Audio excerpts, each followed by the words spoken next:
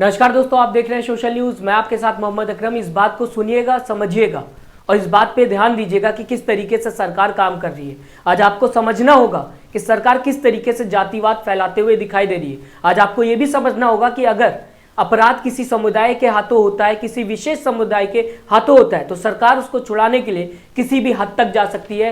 मैं सबूत दूंगा आपके सामने, मैं रिजल्ट रखूंगा पिछले 8 सालों का जो सरकार भारत के अंदर करते हुए दिखाई दे रही है, जहां पे सरकार बोलती कुछ और है और होता कुछ और है। मैं आपके सामने ये शब्द क्यों इस्तेमाल कर रहा हूं, मैं आपको याद दिलाना चाहूंगा। 15 अगस्त को याद करिए, सोचिए उस दिन किस तरीके से प्रधानमंत्री नरेंद्र मोदी ने लाल किले के ऊपर से महिला सम्मान को लेकर लगातार भाषण दिया था। उसी 15 अगस्त के दिन 11 अपराधियों को छोड़ दिया गया था, जिन्होंने 7 लोगों का मर्डर किया था और साथ ही साथ सामूहिक बलात्कार किया था। इतना बुरा कांड किया था जिसको सुनने के बाद शायद आपके रोंगटे खड़े हो जाएंगे, लेकिन उनको सरकार ने छुटाने के लिए हर एक एड़ी चोटी का दम लगा दिया। आपके सामने ये सबूत है। क्या सच में प्रधानमंत्री नरेंद्र मोदी जिस तरीके से बोलते हुए दिखाई देते, बेटी पढ़ाओ बेटी बचाओ, वो देखने को मिलता है? क्योंकि ये बीजेपी के ही ऑफिस से रिलीज किया हुआ लेटर है गवर्नमेंट को, अधिकारी को। जिस तरीके से होम मिनिस्ट्री ने, दिल्ली की होम मिनिस्ट्री ने गुजरात के एक अधिकारी को ये लेटर लिखा है, आपको सुनने के बाद ये लगेगा कि शायद इस देश में न्यायालय की कोई भी इज्जत नहीं करता, कोई भी कीमत नहीं है। क्योंकि अगर न्यायालय किसी को सजा देती है तो उसके बाद सरकार उसे छुटाने के लिए समिति बना लेती है, उसके लिए कमेटी बना लेती है, ताकि उन अपराधियों को छोड़ा जा सके, क्योंकि वो एक विशेष समुदाय से आते हैं। इस तरीके से इस देश में काम किया जा रहा है। दोस्तों, क्या सच में ये नया भारत है? आप सभी से मैं पूछना चाहूँगा, नए भारत में इस तरीके से काम होता हुआ नजर आएगा, जहाँ पे ये कहा जाता है कि अपराधी अगर एक विशेष समुदाय से आते हैं तो वो शायद अपराध नहीं कर सकते? मैं नहीं बोल रहा, ये खुद बीजेपी के एमएलए ने बोला है। सीके रॉल जी ने अभी हाल ही में एक स्टेटमेंट दी थी एक रिपोर्टर को, जहाँ पे उन्होंने ये कहा था कि वो ब्राह्मण परिवार से आते हैं और ब्राह्मण परिवार के लोग काफ़ी अच्छे होते हैं, इसलिए उन्हें नहीं लगता कि इन्होंने अपराध किया है। क्राइम किया कि नहीं किया हमको पता नहीं है, लेकिन क्राइम के बारे में मैं क्या, कोई इंटेंशन भी हो सकता है ना। उसके फैमिली के मेंबर के जो कोई एक्टिविटी है वो बहुत अच्छी थी, ब्राह्मण लोग थे, और वैसे भी ब्राह्मण के जो कुछ है उसके संस्कार भी बड़ा अच्छा था। अब ये क्या माना जाएगा? क्योंकि मुंबई हाई कोर्ट ने इससे पहले उन्हें सजा सुना दी थी, शायद सबूत रखे गए होंगे मुंबई हाई कोर्ट के सामने, इसलिए सजा सुनाई गई। और क्या न्यायालय ने झूठ बोला था? क्योंकि सीके रॉल जी तो यही अपने बयान में कहते हुए दिखाई दे रहे हैं। दोस्तों, मैं आपको बताना चाहूंगा, एक तरफ ये 11 अपराधी छुड़ाए गए हैं, दूसरी तरफ सीबीआई और स्पेशल सिविल जज ने इनके खिलाफ लगातार अपनी आवाज उठाई है। ये कहा है कि इन 11 अपराधियों को जो छोड़ा गया वो कहीं ना कहीं पूरी तरीके से गलत है। मैं आपको दोस्तों बताना चाहूंगा, जब ये 11 अपराधी 15 अगस्त के दिन छोड़े गए थे, जहां पे इनके माथे पे तिलक लगाया जा रहा था, इन्हें लड्डू खिलाए जा रहे थे, उसके बाद देश में आक्रोश देखने को मिला था। देश जातिवाद से बढ़कर कहीं ना कहीं एक साथ महिला को सम्मान दिलाने के लिए, महिला को इज्जत दिलाने के लिए, अधिकार उसका दिलाने के लिए आवाज उठाता हुआ दिखाई दे रहा था। जिसके बाद सुप्रीम कोर्ट में लगातार याचिकाएं डाली गई, सुप्रीम कोर्ट ने इसको सुनना शुरू किया और आखिर में सुप्रीम कोर्ट ने सेंट्रल गवर्नमेंट से ये सवाल पूछा कि बिना आपके अनुमति के इनको छोड़ कैसे दिया गया। और लगातार विपक्ष भी दोस्तों यही सवाल उठा रही थी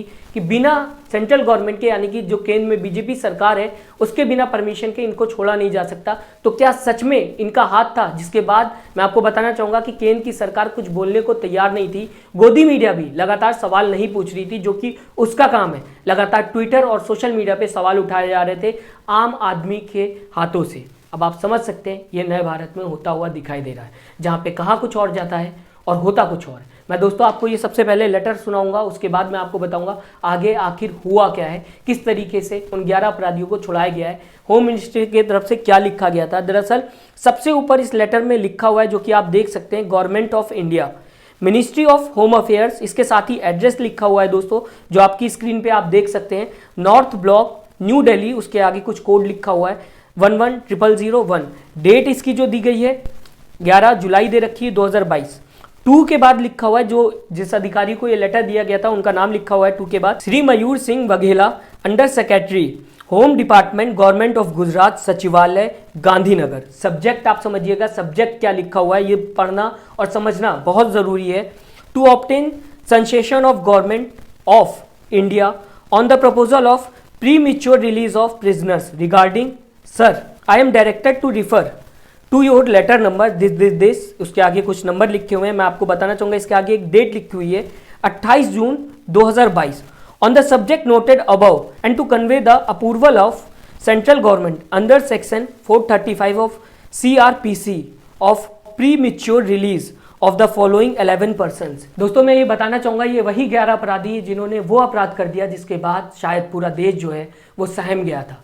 एक महिला के साथ इस तरीके से बलात्कार किया गया जब वो गर्भवती थी, उसकी 3 साल की बच्ची को मार दिया गया और वो महिला जो दर ठोकरे खा के सोच रही थी कि कहीं ना कहीं उसको इंसाफ मिलेगा, गुजरात कोर्ट में वो लड़ी। उसके साथ मैं आपको बताना चाहूँगा कि मुंबई कोर्ट में जब ये केस पहुंचा तो मुंबई भी तक वो गई ताकि उसको इंसाफ मिल सके। आखिरकार जब इंसाफ मिला तो सरकार ने इस तरीके का काम किया जो आपकी आंखों के सामने है, जिसको लेके लगातार एक बार फिर सरकार घेरे में खड़ी होते हुए दिखाई दे रही है। क्योंकि जब आप कहते हैं महिला सम्मान होना चाहिए तो क्या उसमें ये मेंशन आप करते हैं कि अगर महिला किसी कम्युनिटी से आती है, किसी एक समुदाय से आती तो उसको सम्मान नहीं मिलेगा, और इस समुदाय से अगर महिला आती तो उसको सम्मान दिया जाएगा।